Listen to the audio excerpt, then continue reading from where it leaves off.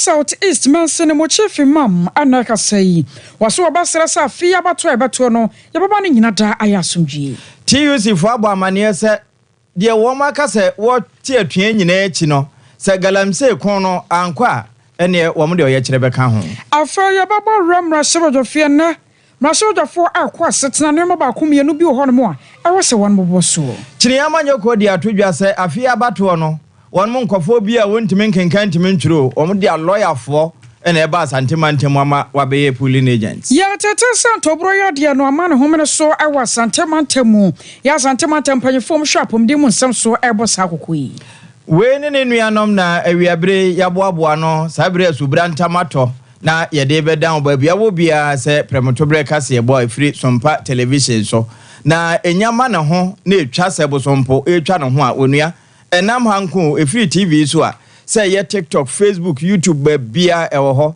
Sompa 98.9 eno ye sunwane bono ahenkuro ene ahafo nyina efa ho ena fe 90.7 eno nso ye bono east etoa kwesi bole ano no ho a ene ba bia na awiei ensama eba de wasam yera asante ebo Benedict kuku aberenka jando na echinchima fide no funuma ya Grace wo Grace wo MCR ho na yako TV no nyina so akenkanfo no ye baanu ajape apam dada mene menuaba akosuya ajewa kwade boaten Sompa chade kan ho bi 21st clinic afa cloud internet express group and OCP Ghana Limited wo fertilizers no through Herbal Center Mizo and 5G munyina yadamuase ana samodro de babusua yanyambroy na yenchirchimu emfa emao Electoral Commission say yaka say woni amanyoko awodo ya hwanu mu safi yabato won mo so aba no hyehyia won mo so adwere na de nkyira nwoma de bato aba no wa chereche mu ade akere wonom na ama me jenmansan ye ono ye tetena ne a wada Electoral Commission no de atodwa wose wiasim di mpa ho hia paase na honya pa na sane Electoral Commission di ho hia no na mfinhia ba saduasa me ni o ma ga na yato aba won mabo mu di ho ban no anyamretia wa bim no mba ba anuama bi na wode agu won ho fi wo kwa bi aso enanso ntin won mo ka de akira manyoku awodo se womani abre na womani abre na abre na nyase bia eyentokwa so na won mo hwese de ntwero nwoma no wode beto aba fi no ehan betom nioma ba koyie na manyoku awodo no so tumenya won mu gidie enam saya so ntin won mo ka no mo de akira manyoku awodo nyina titiru ne andisia manyoku ne se afi wo mo nyi Electoral Commission ni sanse de won ma hyehyere won mo hyabodin se han ebetom yi pa. The approach was adopted by the Commission prior to the production of the final voters register in 2020, and it worked effectively. Evidence shows that despite concerns raised about the effectiveness of that 2020 register to deliver a credible election, there were no voters who were denied the opportunity to vote during the 2020 election. This is the same approach we have adopted to clean the 2024 provisional voters register, and we have no doubt that it will deliver the same outcome, namely a credible and robust final voters register ahead of the 2024 election. As the body mandated by Article 45A of the 1992 Constitution to compile the register of voters and to revise it at such periods as may be determined by law, we urge you all to trust us to perform our functions as enshrined in the Constitution. The Commission has a track record and is globally respected for delivering free, fair, credible, and transparent elections and electoral processes. And this includes the compilation of the provisional voters register. Our staff are well. I know what you so provisional register no. I know what the mama nyoku awodo no. Eno so kasa akrafa ho. Indeed, CI 91 recognizes that the provisional voters register is a draft register. Cognizant of the fact that the provisional voters register is bound to contain discrepancies, CI 91 instituted the mechanism of the exhibition exercise to allow for the cleaning and revision of the provisional voters register to ensure that it is credible and robust for an election. register is thus displayed in all polling stations or exhibition centers and via electronic media to allow for its inspection and correction where necessary. In essence, the exhibition exercise, as enshrined in the constitutional instrument, provides the legal basis to clean the provisional register. I was your warrior, Mamma Jen Manson, no electoral commissioner, Penny Pa.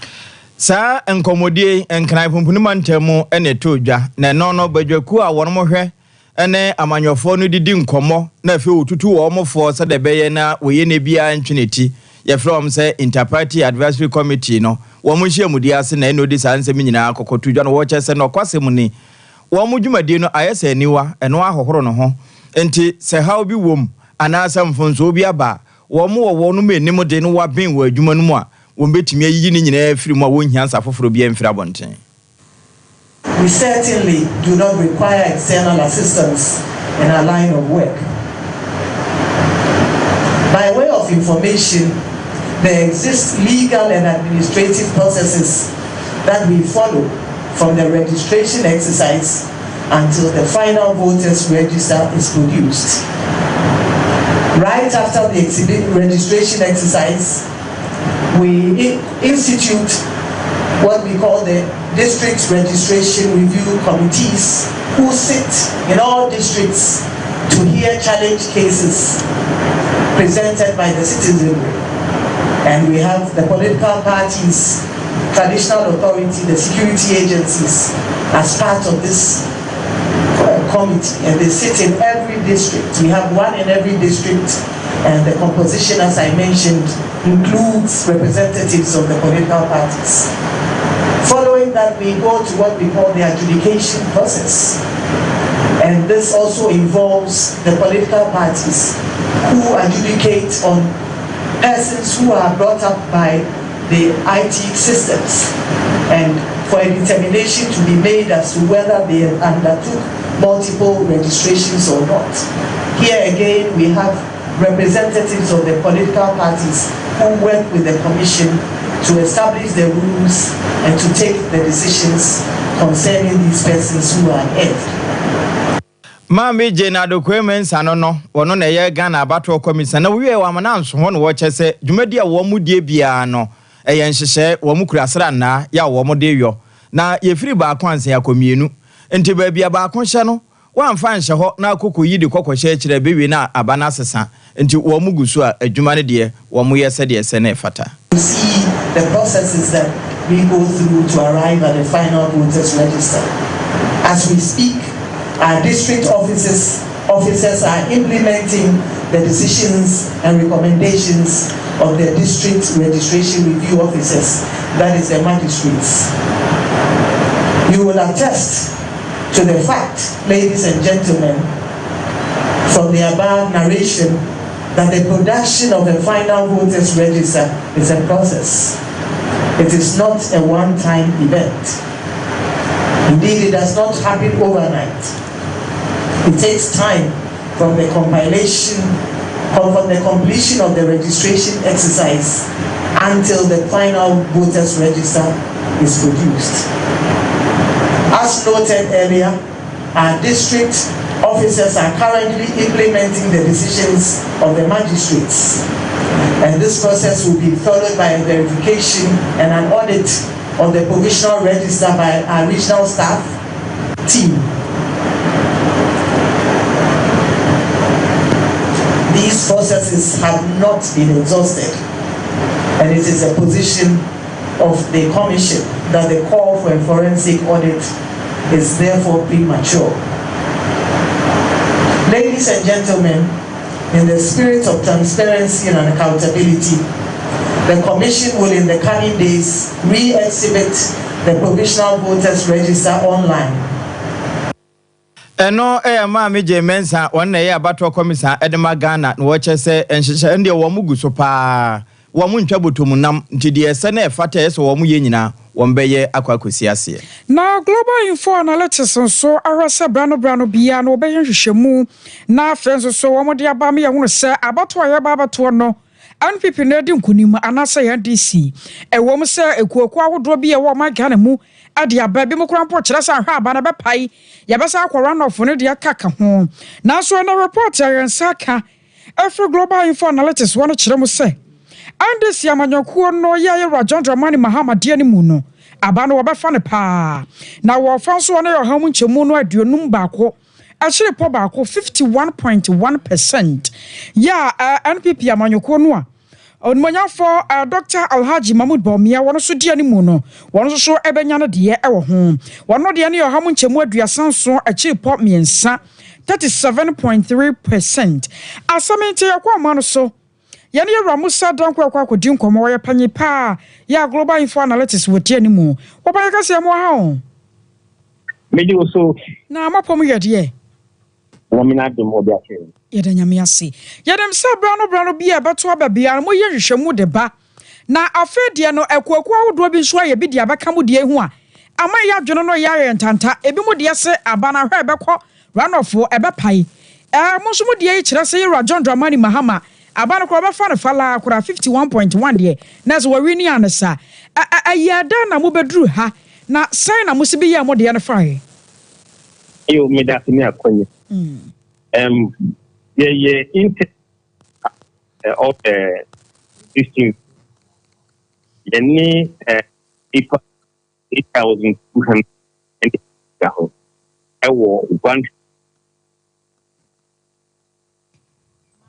yes ensuo na gugu ni nchina ma o kasa no emu no twitwa si kakra da ma sanka obegina yie kakra ma ya mo wada ma to so mai yo inti ye nipa 8,200 NAD intika ewo 111 constituencies ye no oma no mo si omo ye MPP4 no mo do so pa 36%. Oma no omo ye NPP4 33%. And omo si omo ye floating voters omo ye 15%. Omo do party in no 4%.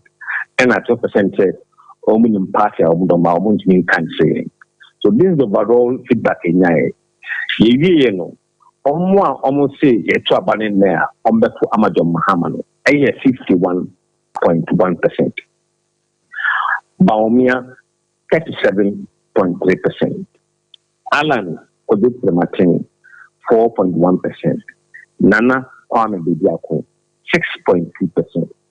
Others no 1.3%. Oshare Jena Afisa Mahama de after official 51.1 July no and 51.15. So just marginal 0.05 increase. Oba Bawumia na over 38.2%. Eswati equal 37.25 minus 9.5. Alan so now over 5.3. Eswati about 4.07. While top from 1.23. And a Kwame Bediako wakosro from 4.6 to 6.23 plus 1.63%. And others no more 0.8. I say almost 1.3. Ebani saying in a Bawumia any Alan a call form. Yen share the data no form almost say almost MPP4, NDC4, floating voters. And others no and one party and said Mahama between July and October no NDC for Mutumano so cost 1%. MPP for Mutuma Mahama actually about formed by 1%. Mutuma Mahama are floating actually by from 1%. Mutumano from smaller parties actually by 3%. And omo say in party, but in country so 10%. Oba Bawumia, yes NDC for Mutumano, and the sign 0%. Mutuma MP before me MP before also 1%. But yes floating voters are Mutuma Bawumia, Eswati 2%. And Mutuma smaller parties are Mutuma Bawumia, also 1%. But almost say in country So actually 12%. That is where the problem is. Obi kana sem was a brand conson kwasa. And so say to me aba.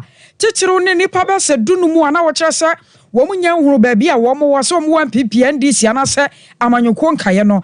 O hu se ensesan kakra betumi aba se ko ba se party bi yire ne ho kakra bia. Bia ye hu ni se sankofo no se omo samadwen a omo nko MPP nchen. Okay. Almost some Adrian, almost Mahama, and I like cheddar in chain from this pool. And you will give this a sample for no, you don't want to empty before. So the most important block, no, floating to the snow.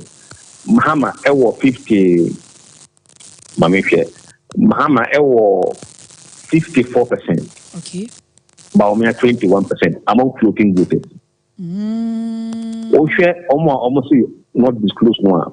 Mahama 51, Baumia 21. Ahona the 7. Okay. You. Oba Omome MPP 89% at Mahama Baumia. 89%. But Omome MPP Mahama 96%. It will say MPP is divided.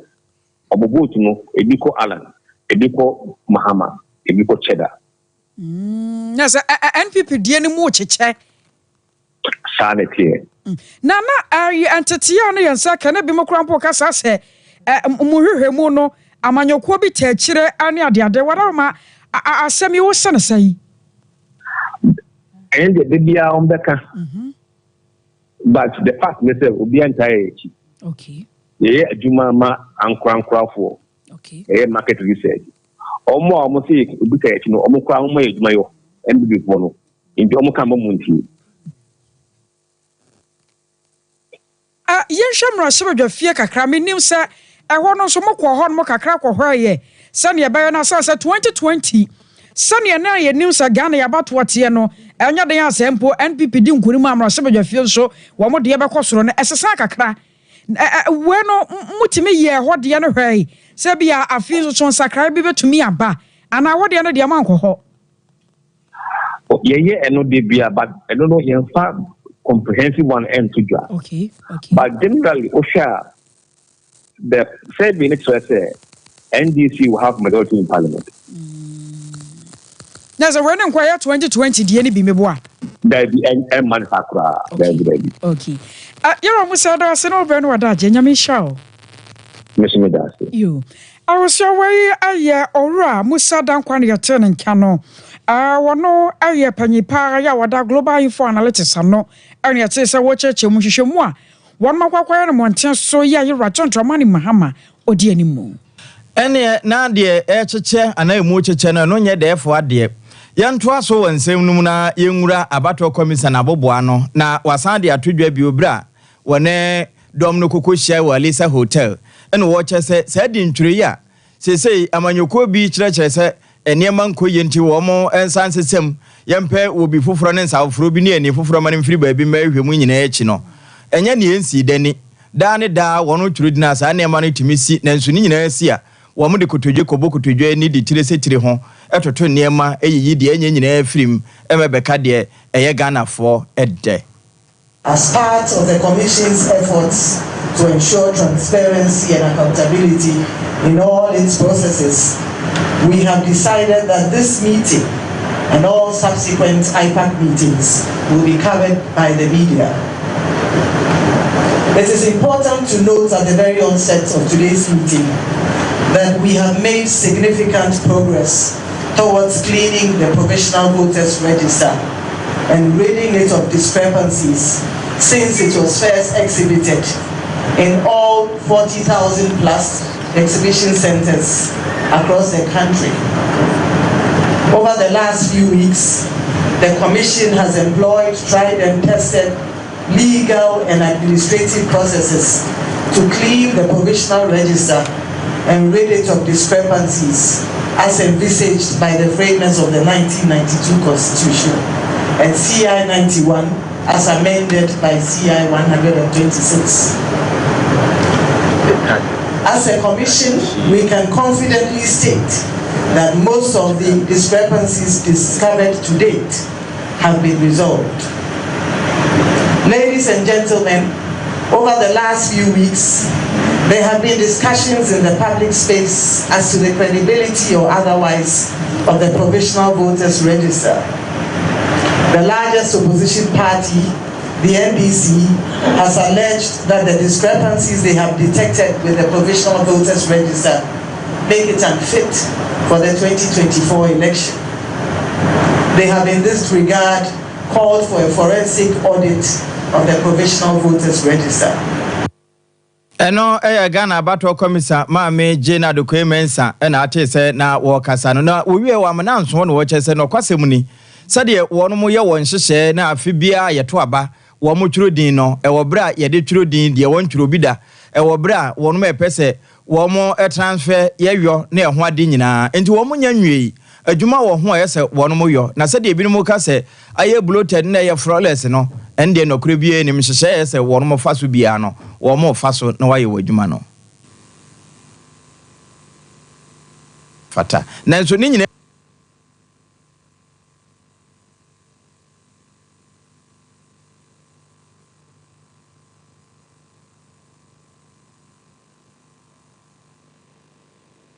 amanyuko na nyanso no eno nso yede abrɛwo.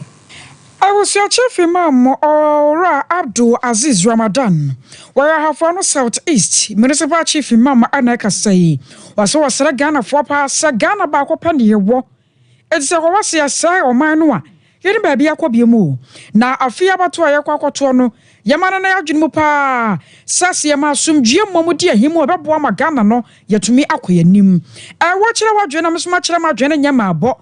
Sa wasi ya boy who bro suchicha ya honse kan ekunkumi ya ho da bida sanse ya kumi ya hokura na ya adwese ya kwatena America mamu a wo man no na Ghana no eno an ya de ba bi etwa efruma ya de hye anam sa ya sunti no obesero mamu ni nyina yanka ba bi ya free sa Ghana eno wo man ya wa ye ni ba bi wo ba bia nam sunti no ye ya na ye ni ye preko wona ya mane boni ya Beneza awusu ansa ana chocho nkomo ana wo cheche mu kire no safia bato ne ma somdwie eni anim na opo so bi na opo so si na opo so bi ansi opa koko tu abakoko asa nko ofie na twan tamanya koko a wo na wo ye ofie so kemoni biara ni wi pa se onyankopon si won no ye ofie ade the Indian Madio Peso de Maro.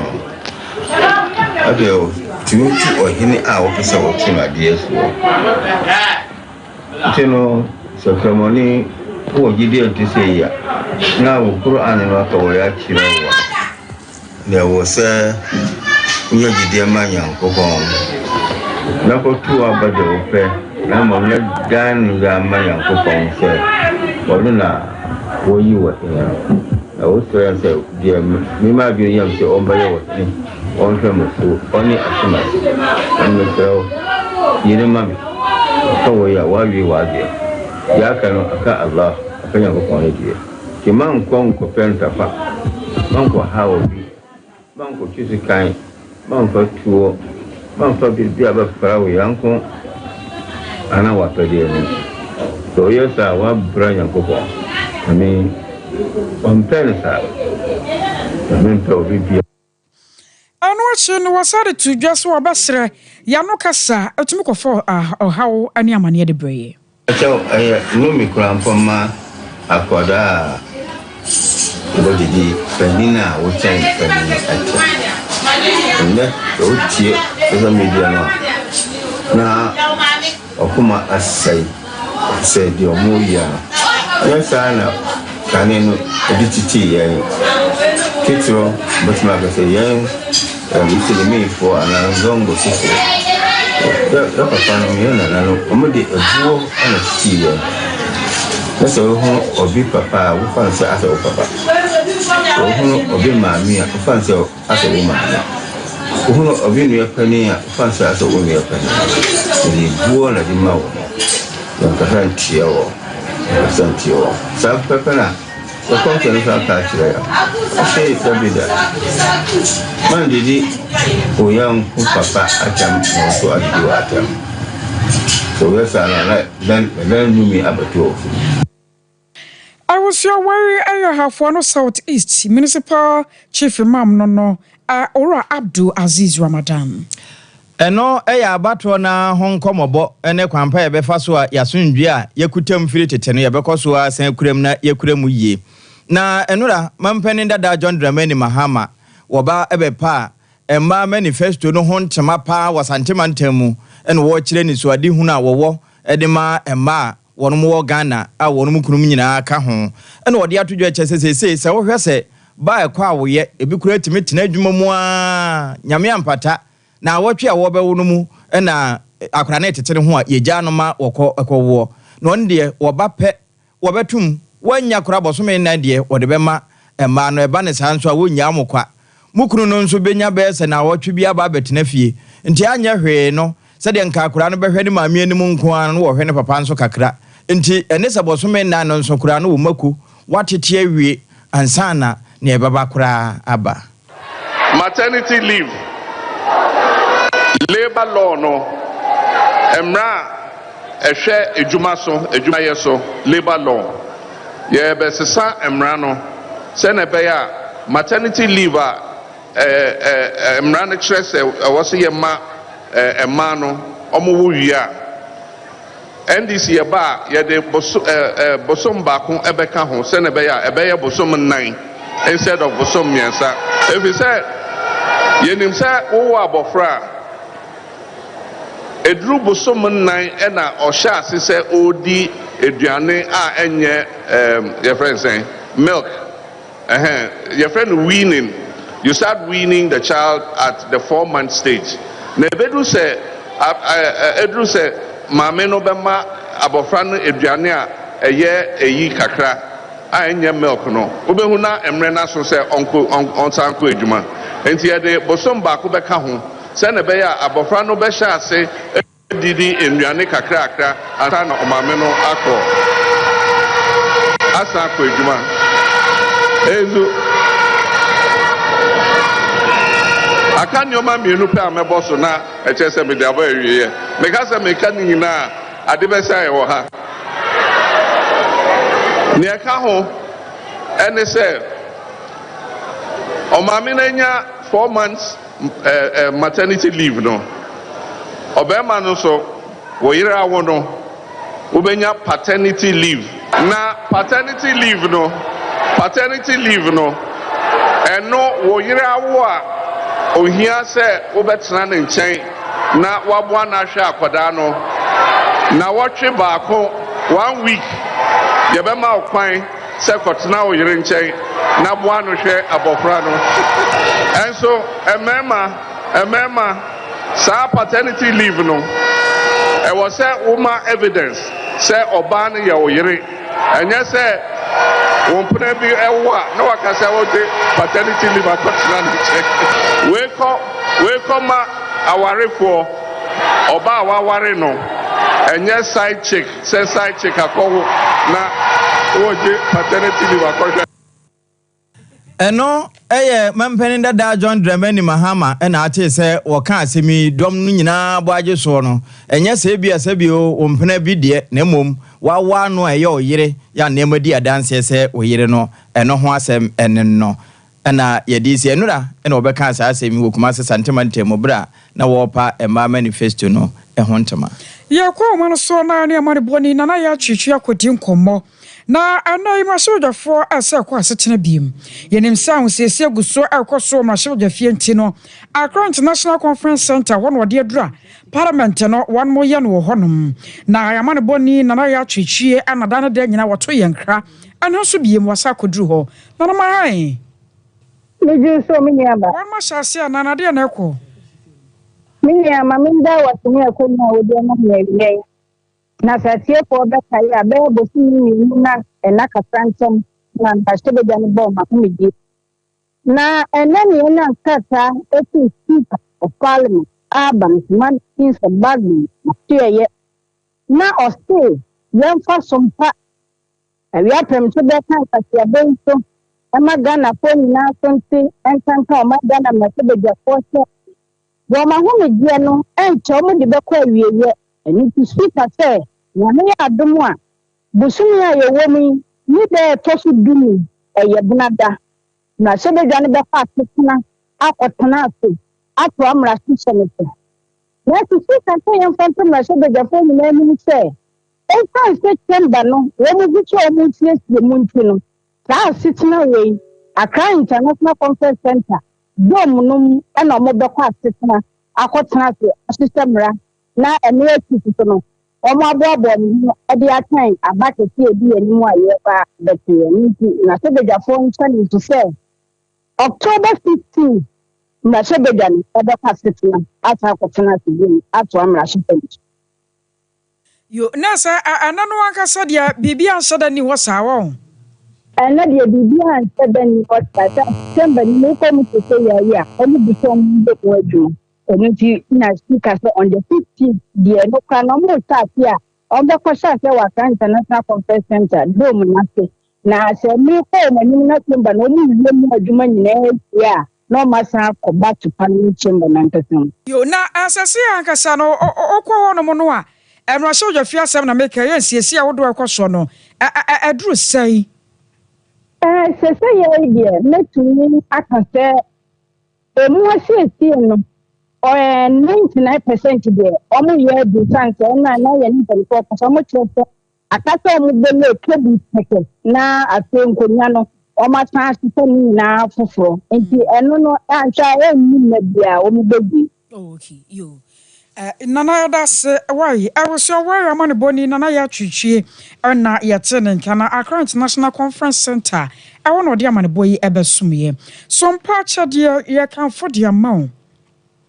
Chokonkron aka wose do wo mobro ni mobbo no wona awade behu ni mobbo antena se de nya ne bebre ansa na wache ena no a wo nkwa no na wo so wache bi dia ma foforo no nyame ehiraw na wo hiraw bochu nyame ya adoma December se ne da ne da nyina ye no ya ne hwesia nyanka mobro wa akunafo ene bedidie na ya che nioma bi nso dia ma wonom enti se ya ntoma antade empaboa slippers emo anwa milo chese bibia no a yedi de frey yedi de hye yi no abusua de bai beche ana wo ye ne sika so a akonya no wo pa a wo konkranza Sompa nkranza ye wo Ghana Commercial Bank abronsa ni mu afei sunya no nso sunya ne night market one man ye wo Kumase Sompa so ye Benrom Hotel bibia ne afra sempo se ba ne sika semu na ba so ye ne momode maya madaromo ya ho maninie 0598 559 802 0598 559 802 Edino Rabani Yatara 1 Media Nasa Blessed Foster 21st Clinic where theatrical expert Kokumase Wabuase and Crying Sunyana and Kranza Tachiman Bogari Ade a Wonyina Yo. Yes, was theatrical Yadian Tini and Namwo. Brandon to us here from our to us in Tini. A chunwa de about number of moyo titriti. A moyo do John Babia and ya.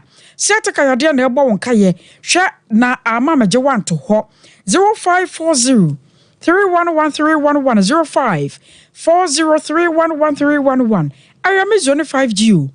Wono no bieno na sasa wonyare wa na yade bia de woni paduanam de afri ho 5G ne de boy ma obi a oye adwumaden te se ashankafo mesinfo carpenter samtwerafo apolisifo ajagefo chese wo bia wa oye adwumaden bia wotena wo na so otoso che anase wo gina wo na so che no aya 5G na wo hia mezo no so de abusua nchemfa kwa ye show overseas janso benya bi no wato 3 Herbal Center 3 Core Capsule Saba ayekoko master drew uzisi yade ekoko ne ayamtem no ebefri wa ma ho ato hwese nsu agugui wobekwa kwalnak Danny Herbal Misty ne pedank 0546107107 0546107107 OCP Ghana Limited yada fertilizers no abawo eye papa se ene yanke nsu ahyase ay gugui bonsenka odi gu ase a no bae no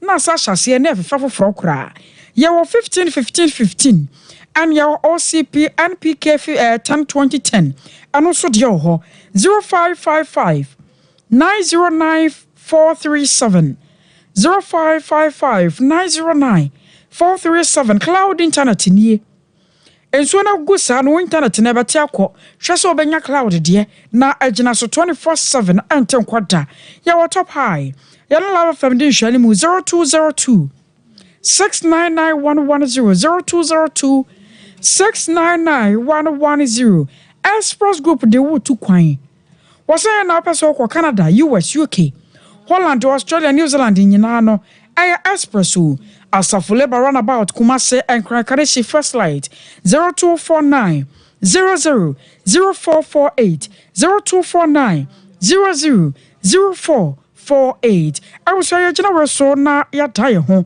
ya ba ya catch you no ya beto so 21st clinic aye sciatica expert sciatica no o nerves na wo to ase na fa wo siremu na fa wo nansia besi ase ho no se ho techima eno ene ye fa ne sciatica na etimi bubu oto ase ka wo se dwe wo sirem wo je ho ba bia enye na eno na 21st clinic ba ye adwuma pa wo mu ye ntia baso bo magine wo Ghana ha ene amono ne enyasem ketewa Womuji international awards ahodo womuji local awards ahodo na anu nso na womu be the only sciatica research and treatment center in Africa bibrim hano ebi ni baby a gise 21st clinic nkwa womu de bibidro ene besa o yare no masa de machine aka ho eya yare sabia yare bia wutimi de ko ne mama de ba ko a womu gidi womu pa no eye sciatica ena stroke nso de kwa diabetes ne hypertension ni ade Ghana ha ba bia womu ho 0540 311 311 0540 311 311 Next 21st clinic womu ye sciatica expert.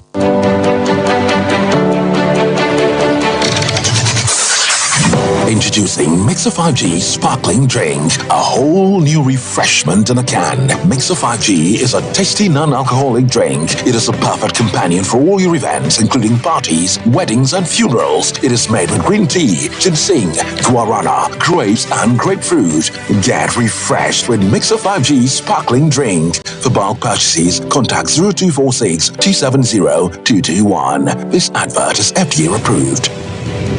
Brakasa ya duabon waso a ne dwumedi wo nipadua biara pomden ene na brabo mu ne hianye pa enye brakasa nko nuaban ne haban bi te se ko nsusu a abonwono ne dia akeka ho no kura enwanunu ahodo a ekwa animu yi ankasa brakasa ne sa nuaban bi nom ne akeka bobudi afa abefo kwan so a ye de ya brakasa powder siesi nipadua na aba akwa ahodo no ho ban afri mpani yade ne yade ahodo pi ho fa enkodate de ma baako freduane anopa ne anwumre anafa enkodate de ma baako woni sushie yeti anopa ne anwumre wobra wodidi awie ubenya prekese powder to Kingswalk Herbal ne Heroes Herbal Accra Okechi Drug Lane Dani Herbal Kumase Mensa Takrade Mose Pharmacy ne Greenlight Pharmacy Sunwane Kashenkari Supermarket Asantoa Herbal ne Bibidro Depot Techiman Sewa Herbal Mampong etufo mfre 0550 19 15-14 prekese powder aduane san yedro FD ahwehwe sankratu emu agiatum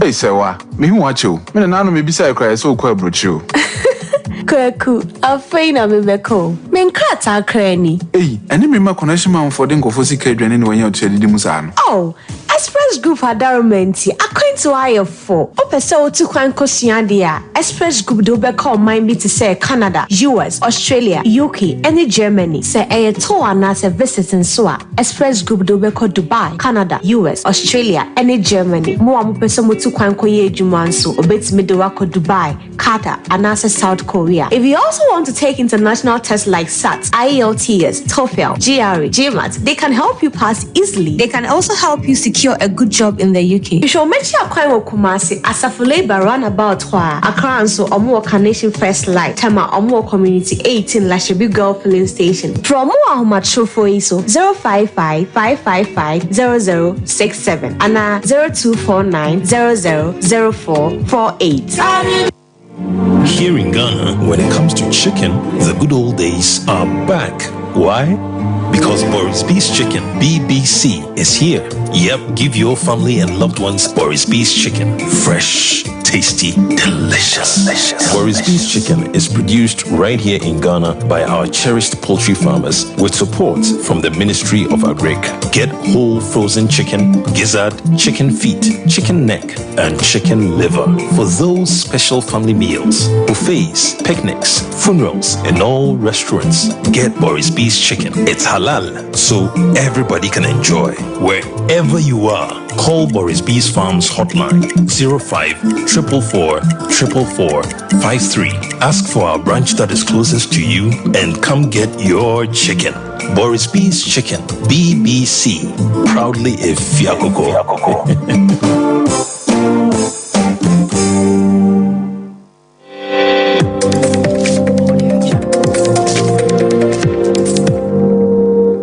Sompa TV, Emma Aketiapa.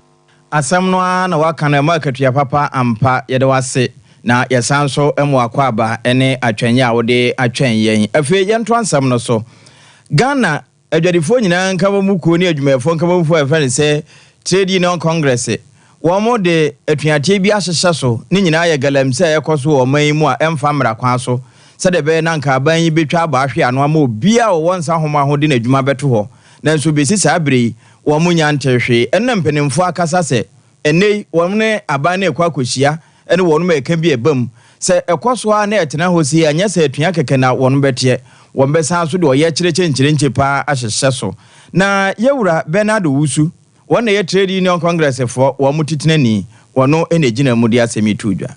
Galamsey is something that is affecting everybody. For us as organized labor, this is something that is against humanity, is against life and property. And we believe that it's something that as workers, we have to be concerned about the environment, our health, and economic loss. Well, we met the committee and we asked them what we need as organized labor, and we were promised that they were going to revert back to us.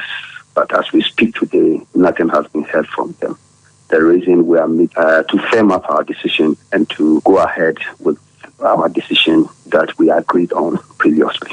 We are going to act on our threat based on the decisions that we would take when we meet our structure, firm up our earlier decision, either to go on strike or to embark on demonstration. We have put our demand out there, an immediate declaration of state of emergency in line with the provision of the 1992 Constitution, Article 31,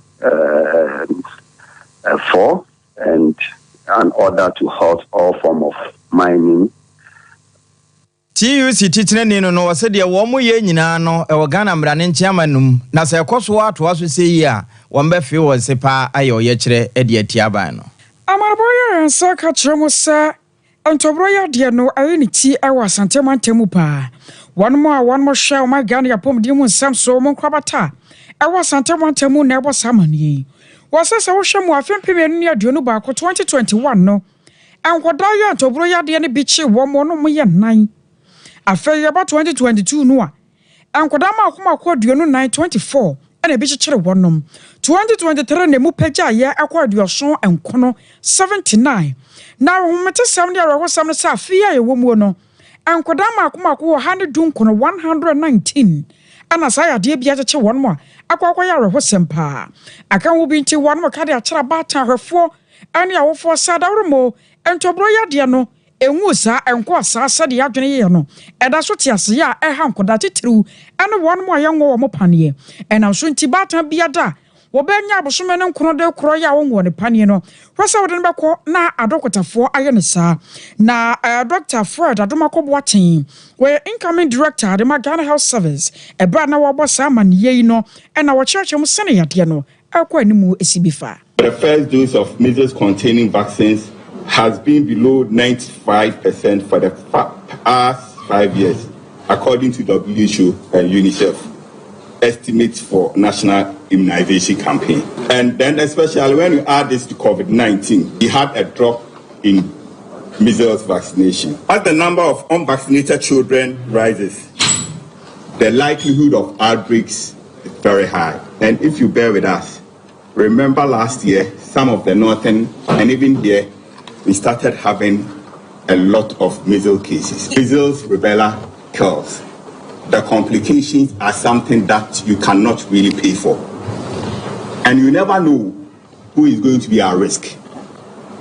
I believe that you don't want your child to be blind or to be deaf. And this is the opportunity that you have, that you can vaccinate your child against measles and rubella. And we said that vitamin A is also a challenge. Therefore, we are taking opportunity to give every susceptible child vitamin A during. I was your way, Dr. Fred Adomakobuati, incoming director of the Ghana Health Service, and your training king. And if you want, young Concoria Cassiano, you're a cojo upon Conoma, one as well for where dancing on some so my Ganemu. Now, what the attribute Chelsea with the new one came for a ban of hope and Shannon to one way. One more, Sutadia Kosumbu, one would be a yama or dana to cut enough for. A dandy woman Sicurano, a fear can say fitam, one basic bears are pim near Chile do.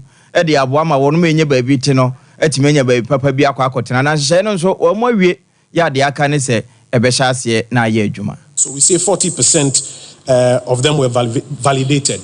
So we are in the process of building 2,225 new homes to resettle our colleagues who were affected by the floods. Now already 115 units are under construction and they've gone past the 60% mark. Those are the units that I went to break ground for in April 2024. 115 of those units. We have also approved phase 2 of 1,010 units, and we've received the commencement certificate for phase 2. Currently, we're going through the PPA and the land acquisition processes so that actual construction on the phase 2 can happen. And then we have made an application to Cabinet because obviously 1,010 plus 115 is not equal to 2,225. So there's a difference. We've made an application to Cabinet to approve a program for us to finish the third phase as well. On the 5th of September 2024, which is 8 days after I appeared before the Assurances Committee of Parliament. Remember, we had mentioned that we'll be there in 14 days. Within 8 days, we were there, as you can see to the left side of my screen. Myself and the regional minister were there. We met with the consultants and the contractors and the entire technical team. We were then on ground to inspect the physical building units, and where we even thought that some more attention should be paid to the quality of work, I have written under my hand to the consultants to ensure that the contractors do a decent job there. So we're no swap for where I dance see any inuma honsam so you could job upon Croma na say watch face no chase any more dikan near Tosu Munu say or no baby now say Petimas as da wa yemfa no kwantin krata sem bie di ho dance ye chere sense as no betimi esi so adan no eno nso hia sika ne de wono ma wie bibia aka se be hyase na ye adwuma awosoro na wosoro na yon fansem no ensi kuku Veronica Jando ya Grace akosua somoa Buzi the caption man anu ache Reverend Michael and happy